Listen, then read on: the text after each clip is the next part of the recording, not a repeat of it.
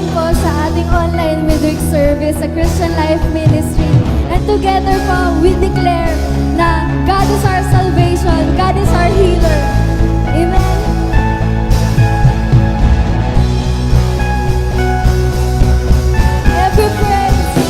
Every praise is to our God.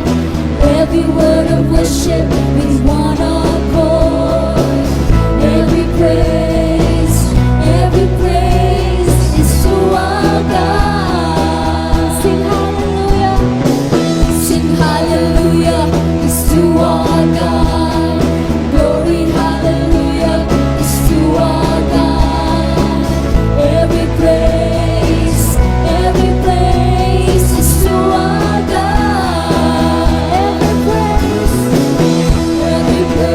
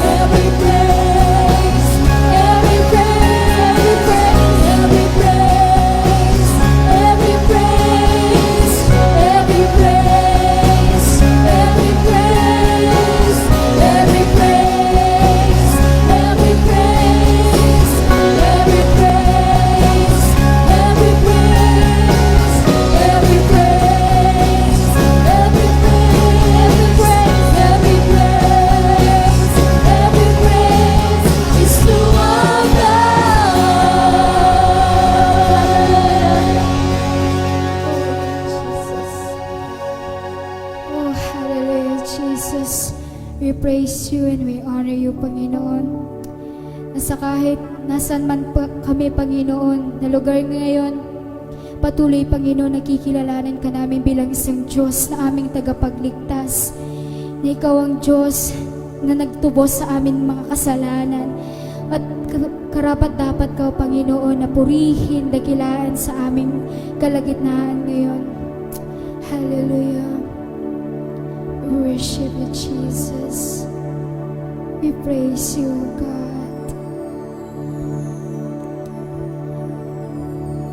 You didn't want heaven without us, so Jesus, you brought heaven down. My sin was great, your love was greater. What could separate us now? Oh, Jesus, praise you. You didn't want heaven without us, so Jesus, you brought heaven down. My sin was great, my sin was great, your love was greater. What could separate us now? What a wonderful name it is. What a wonderful name it is. The name of Jesus Christ, my King. What a wonderful name it is. Nothing compares to this. What a wonderful name it is. The name of Jesus. What a wonderful name it is. The name of Jesus.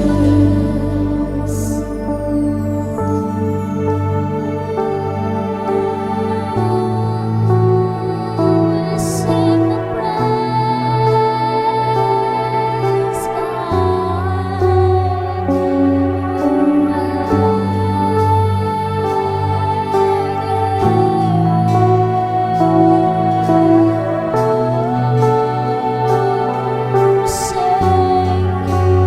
that could not hold you, the veils of before you.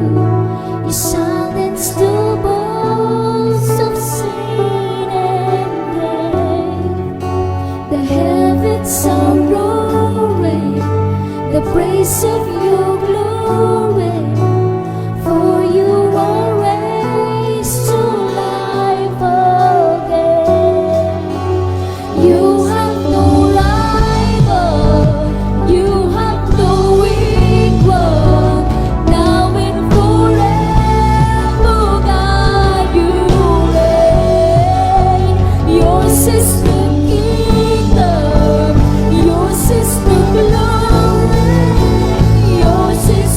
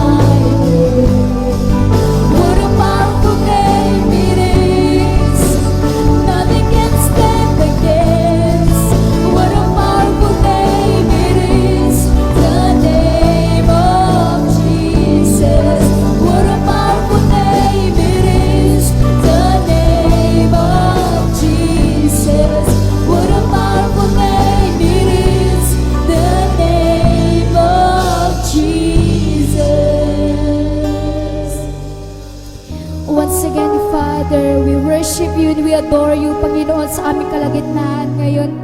Tunay nga, Panginoon, na sinabi mo sa iyong mga salita that you will never leave us, O God, and you will never forsake us, Panginoon. At sa araw na ito, Panginoon, patuloy lamang nakikilalanin ka namin, O Diyos, that you are our God, our way maker, miracle worker, our promise keeper, Jesus. Hallelujah, praise you. At patuloy, Panginoon, nakikilalanin ka namin, Panginoon, na sa anumang sitwasyon ng aming mga buhay, tunay nga, Panginoon, na kumikilos ka, Panginoon, sa aming mga buhay, kumikilos ka sa anumang sitwasyon, Panginoon, na dala ng mundo, O God. O salamat, Panginoon, purihin ka, O Diyos. Hallelujah.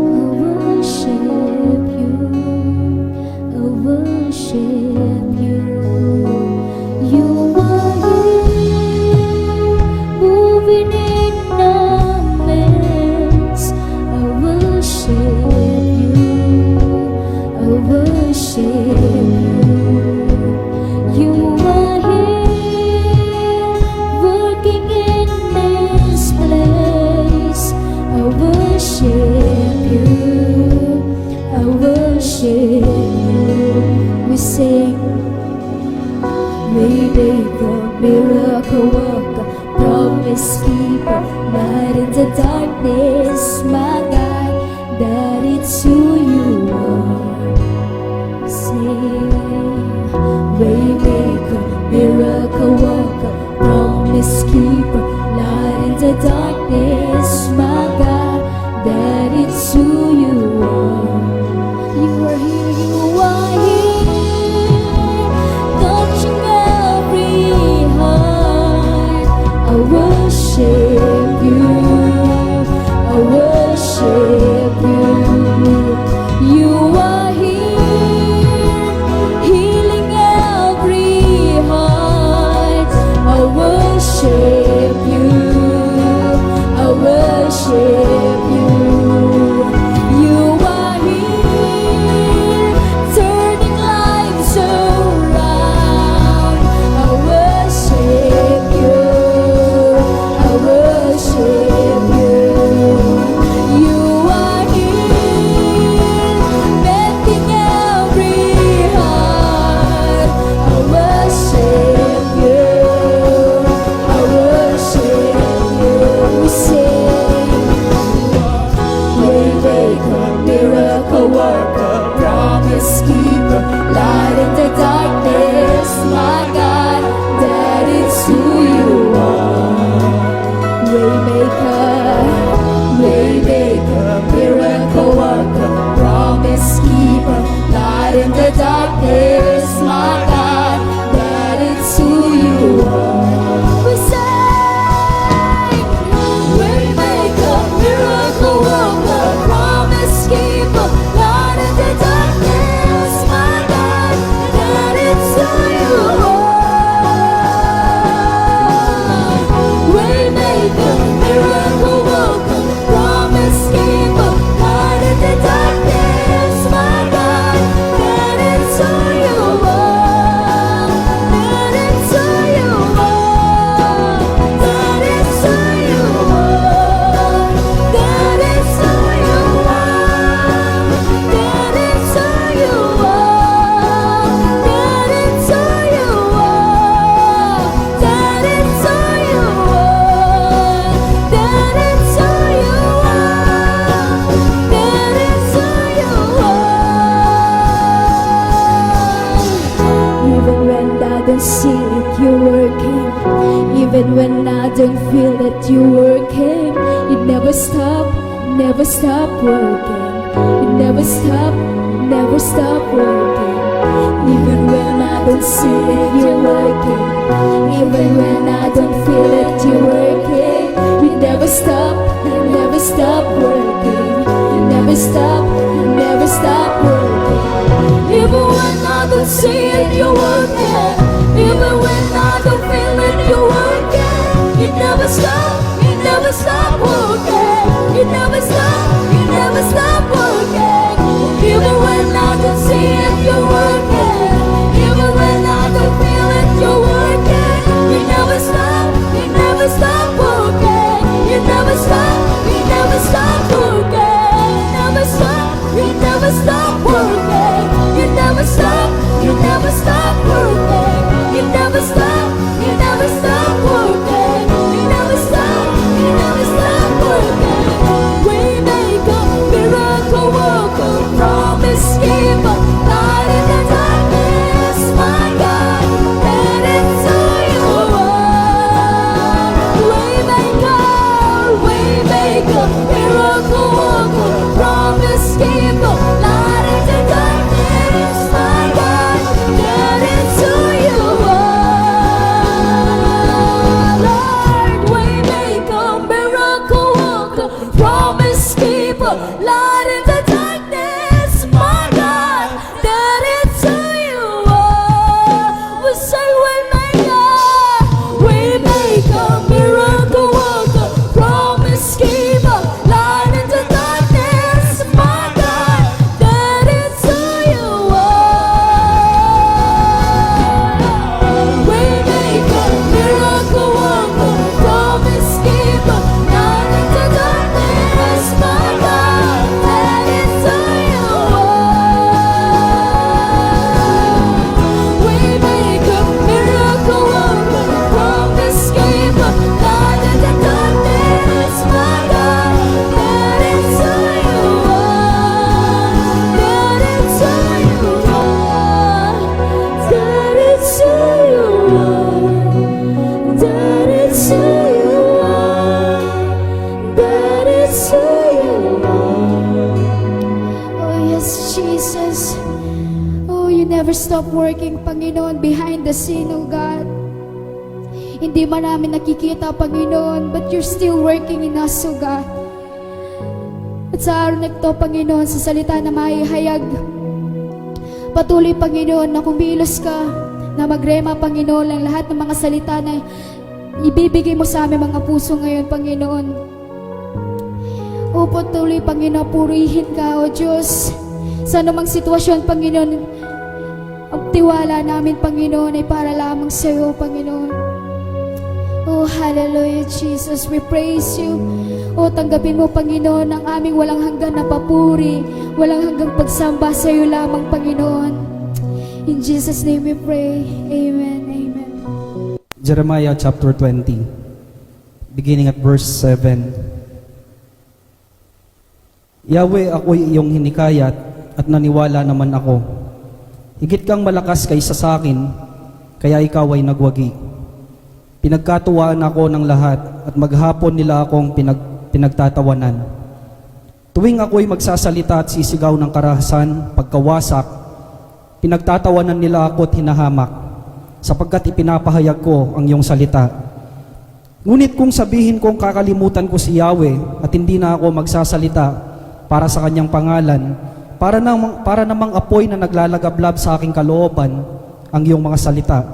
Apoy na nakakulong sa aking mga buto, sinisikap kong tiisin ito, ngunit hindi ko kayang pigilin pa. Naririnig kong maraming nagbubulungan, tinagurian nila akong takot sa lahat ng dako. Sinasabi nila, isumbong natin sa may kapangyarihan, pati matatalik kong kaibigay, naghahangad sa aking kapahamakan. Sabi pa nila, marahil ay malilin lang natin siya, pagkatapos hulihin natin at paghigantihan. Subalit ikaw, Yahweh, ay nasa panig ko, tulad ng malakas na makapangyarihang mandirigma. Mabibigo ang lahat ng umuusig sa akin, mapapahiya sila at hindi magtatagumpay kailanman. Hindi na makakalimutan ang kanilang kahihiyan habang panahon. Makatarungan ka kung sumubok sa mga tao, Yahweh, na makapangyarihan sa lahat. Alam mo ang laman ng kanilang mga puso't isip, kaya ikaw ang maghihiganti sa mga kaaway ko. Ipagkakatiwala ko sa mga kamay mo ang aking kapakanan. Awitan ninyo si Yahweh sa inyong papurihan, sapagkat iniligtas niya ang mga api mula sa kamay ng mga gumagawa ng kasamaan. At nais ko pong bigyan ng title yung salita ng Panginoon sa oras na ito, Courage in Difficult Season of Life. Sa buhay po ni Jeremias, makikita natin yung pait, makikita po natin yung kahirapan na dala po ng kanyang pagsunod dun sa panawagan ng Diyos. Tinawag po siya, natakot sa lahat ng dako, na marami pong mga tao na nagtangka ng kanyang buhay. Ang sinasabi po niya, maging yung kanyang mga kaaway ay pinagtatangkahan yung kanyang buhay.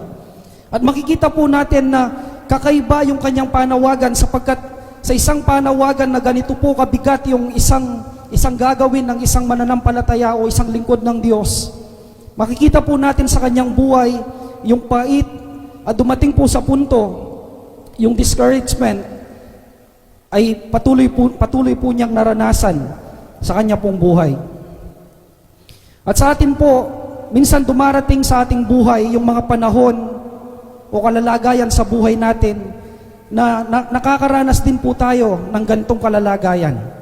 Hindi nga lang po kasing hirap siguro ng napagdaanan ni Jeremiah, ngunit along the way sa ating pong paglilingkod, sa ating pong paglakad sa Panginoon, dadaan po tayo sa iba't ibang pagsubok sa buhay.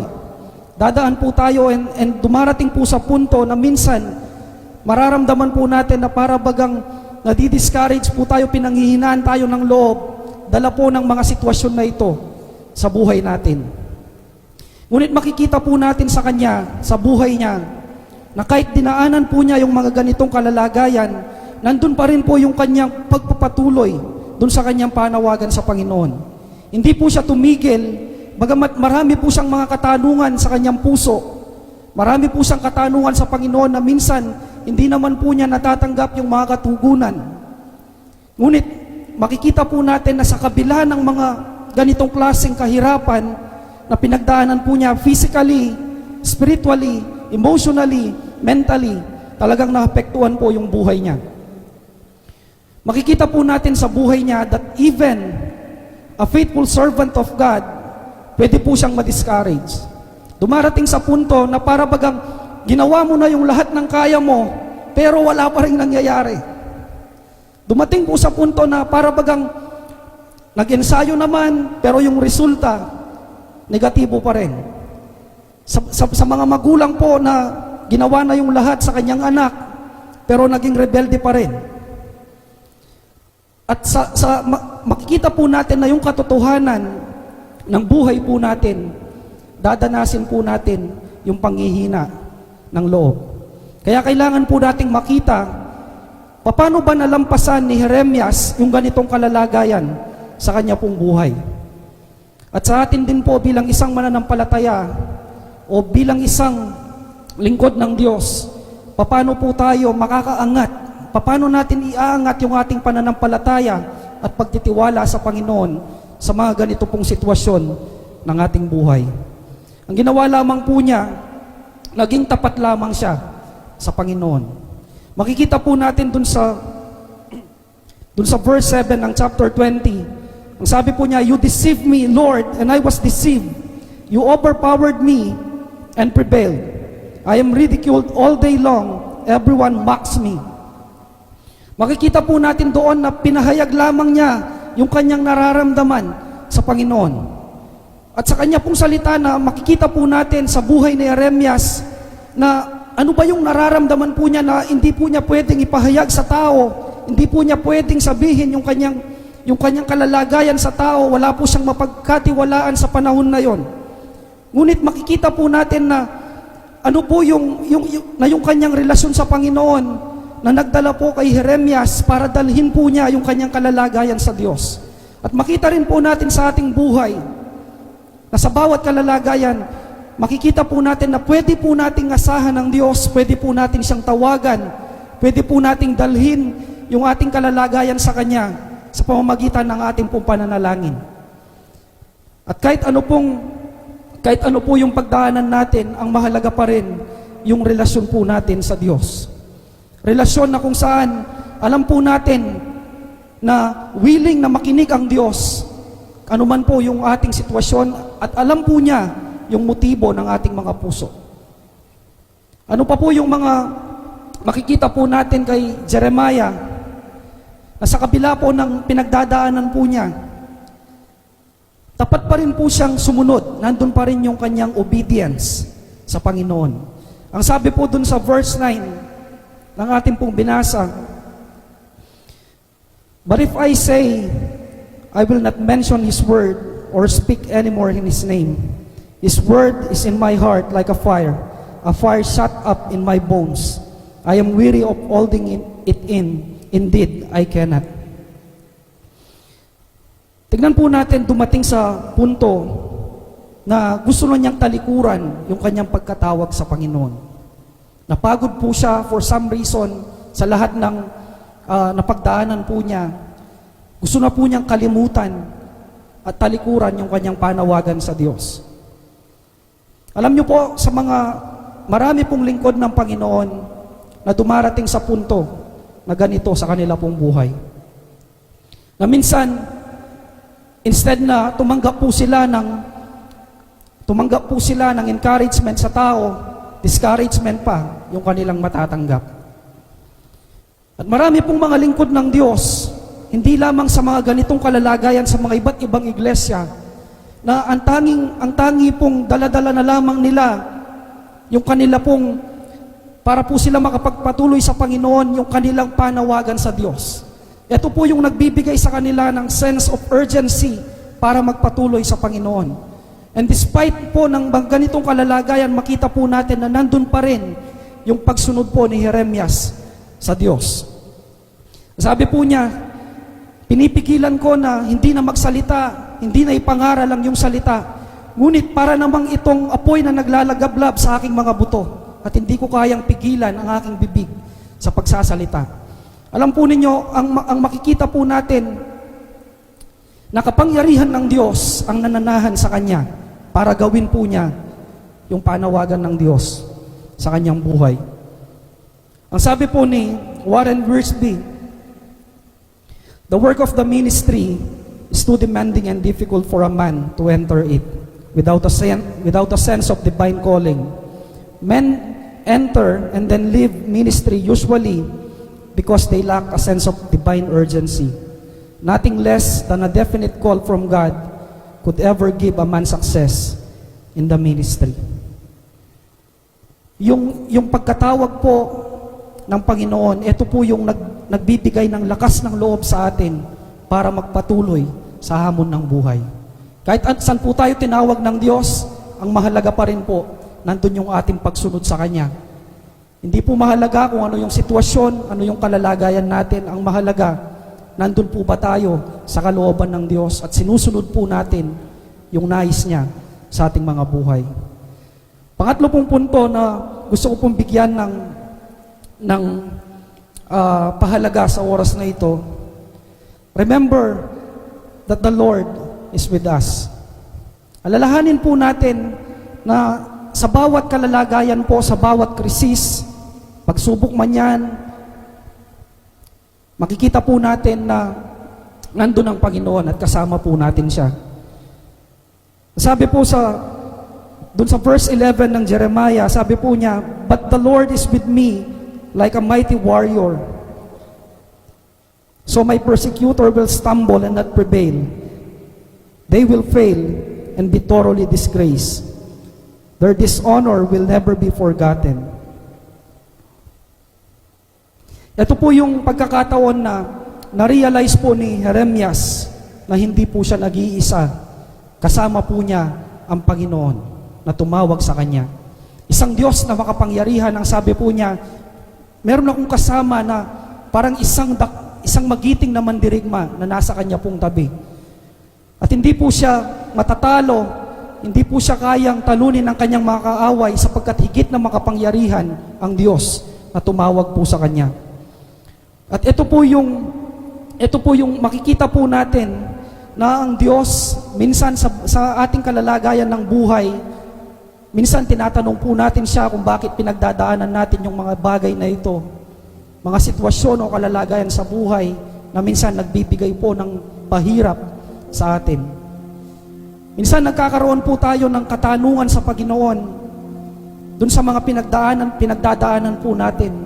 Ngunit kapag nagpasimula po tayong tumingin sa ating Panginoong Jesus, inalis po natin yung ating focus dun sa ating mga sarili at tumingin po tayo sa Panginoon, makikita po natin at may papadama po ng ating Panginoon na kasama po natin siya sa bawat takbuhin ng ating buhay.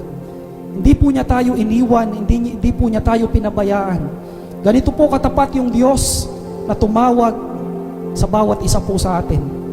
Ano man po saan man tayo nilagay ng Panginoon, ang mahalaga, nandun pa rin po yung pagtitiwala po natin sa Kanya sa bawat kalalagayan po natin. And lastly, paano po napagtagumpayan ni Jeremias ang mga sitwasyon na ito sa kanyang buhay? Nanatili lamang siya sa spirito ng pagsamba at pagdakila sa Panginoon.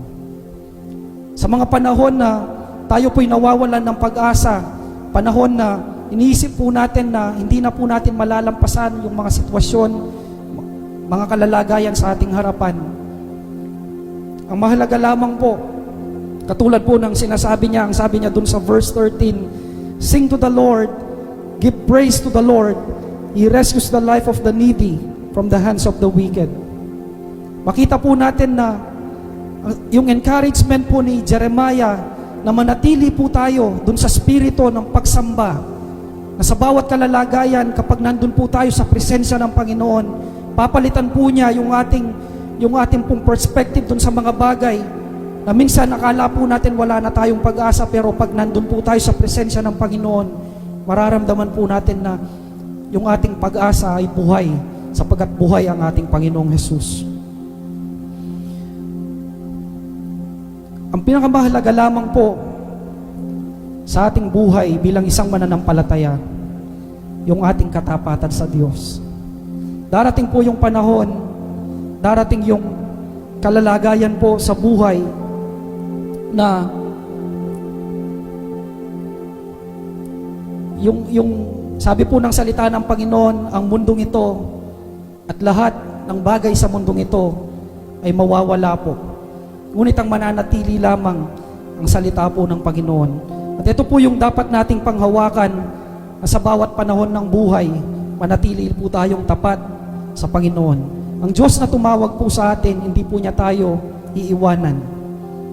Ipapakita po niya yung kanyang kapangyarihan at aakayin po niya tayo hanggang sa dulo. Matatapos po natin yung paligsahan sa mundong ito kung kasama po natin ang ating Panginoong Jesus. At makakarating po tayo sa hangganan kung yung ating pananampalataya sa Diyos ay lagi pong nangingibabaw sa ating mga buhay.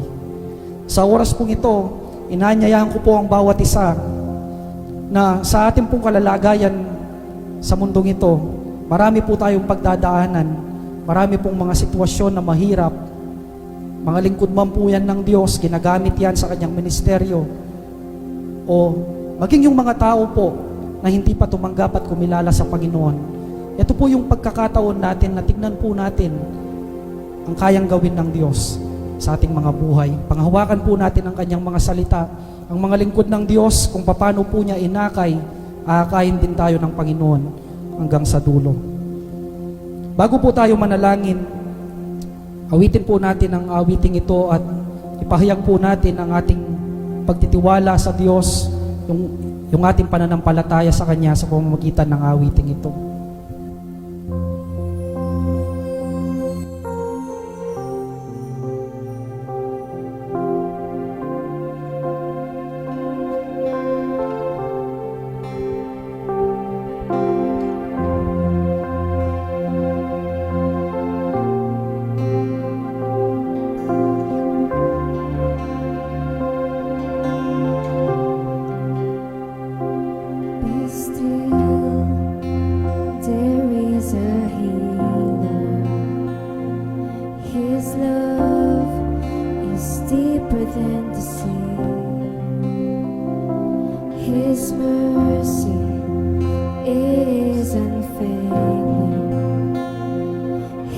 arms is a fortress for the weak.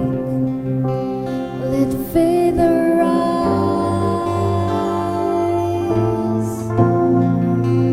Let faith arise.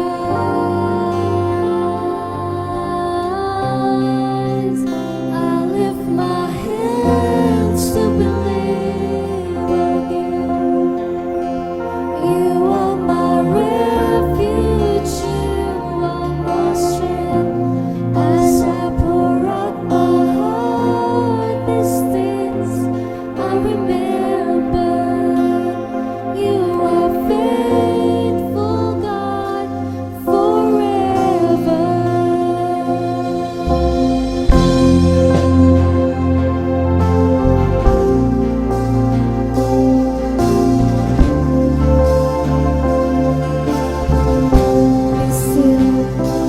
Be still, there is a river that flows from Calvary's tree, a fountain for the thirsty, pure grace that washes over me. Let faith arise.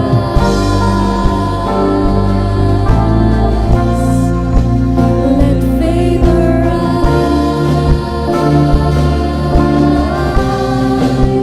I lift my hands to believe again. You are my refuge, you are my strength. As I pour out my heart, these things I remember. You are faithful, God, forever. I lift my hands to believe again. You are my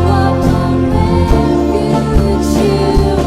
you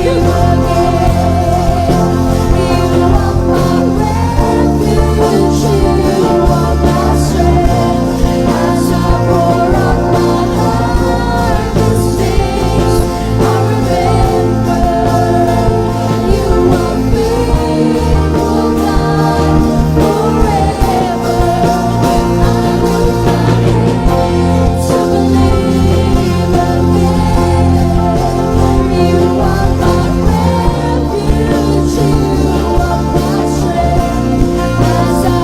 out my heart, these things I remember. You are faithful, God,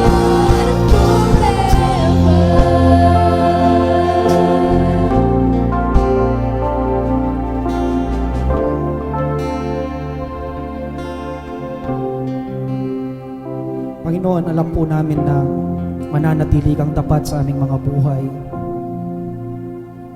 Alam po namin, O Diyos, na sa bawat araw, patuloy niyo po kaming sasamahan. Dalangin po namin, Panginoon, na patuloy pa po ninyong palakasin yung aming pananampalataya at pagtitiwala sa inyo. Na sa bawat araw, nakakaharapin po namin sa buhay, sa bawat anumang pong kalalagayan, ang mahalaga, O Diyos, hindi po yung kung ano yung sitwasyon na meron kami, kundi ang mahalaga po magawa po namin, magampanan po namin, O Diyos, yung bawat pagkatawag mo sa bawat buhay namin, Panginoon. Nawa, O Diyos, manatili sa amin yung isang pusong tapat, isang pusong nagmamahal sa inyo, Panginoon. Manatili po sa amin, Panginoon, yung pagtitiwala po namin sa iyong mga salita, na panghawakan po namin ang bawat pangako mo, O Diyos. Hindi lamang sa mga lingkod na tinawag mo, Panginoon, kundi sa bawat isa na magtitiwala at kikilala sa inyo. Meron kang magandang plano at layunin sa aming mga buhay. Katulad ng pagkatawag pa, O Diyos, ni Jeremias. Tinawag niyo po siya na meron kang plano, meron kang magandang layunin na ipapahayag sa kanya pong buhay. At naranasan po niya ito, nakita niya sa kanyang buhay, Panginoon. Na sa kabila ng marami po siyang napagdaanan, ngunit kayo po ang Diyos na tapat pa rin na nangako sa kanyang buhay. Na yung pangako mong maganda, Panginoon, naranasan po niya ito. At dalangin din po namin na sa aming mga buhay, Panginoon, maranasan din po namin yung pangako mo na magandang plano at layunin, O Diyos.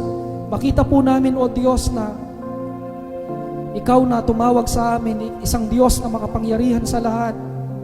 At kaya niyo po kaming dalhin sa isang kalalagayan na kung saan, Panginoon, makikita po namin na hindi po kami nagkamali, hindi na sayang, O Diyos, yung mga panahon na binigay po namin at pinagkatiwala namin ang buhay namin sa inyo. Maraming salamat, O Diyos. Nawa, patuloy ka naming mabigyan ng kaluguran sa bawat ginagawa po namin, Panginoon. Makita niyo po sa aming mga buhay yung isang pusong tapat na maglilingkod at magtitiwala lamang sa iyo, Panginoon. Tanggapin po ninyo ang lahat ng papuri, ang lahat ng pagsamba, na tatangi lamang sa pangalan ng aming Panginoong Jesus. Amen. Sa huling bahagi po ng service na ito, let us give our praises and our worship that is due only to our God. Amen.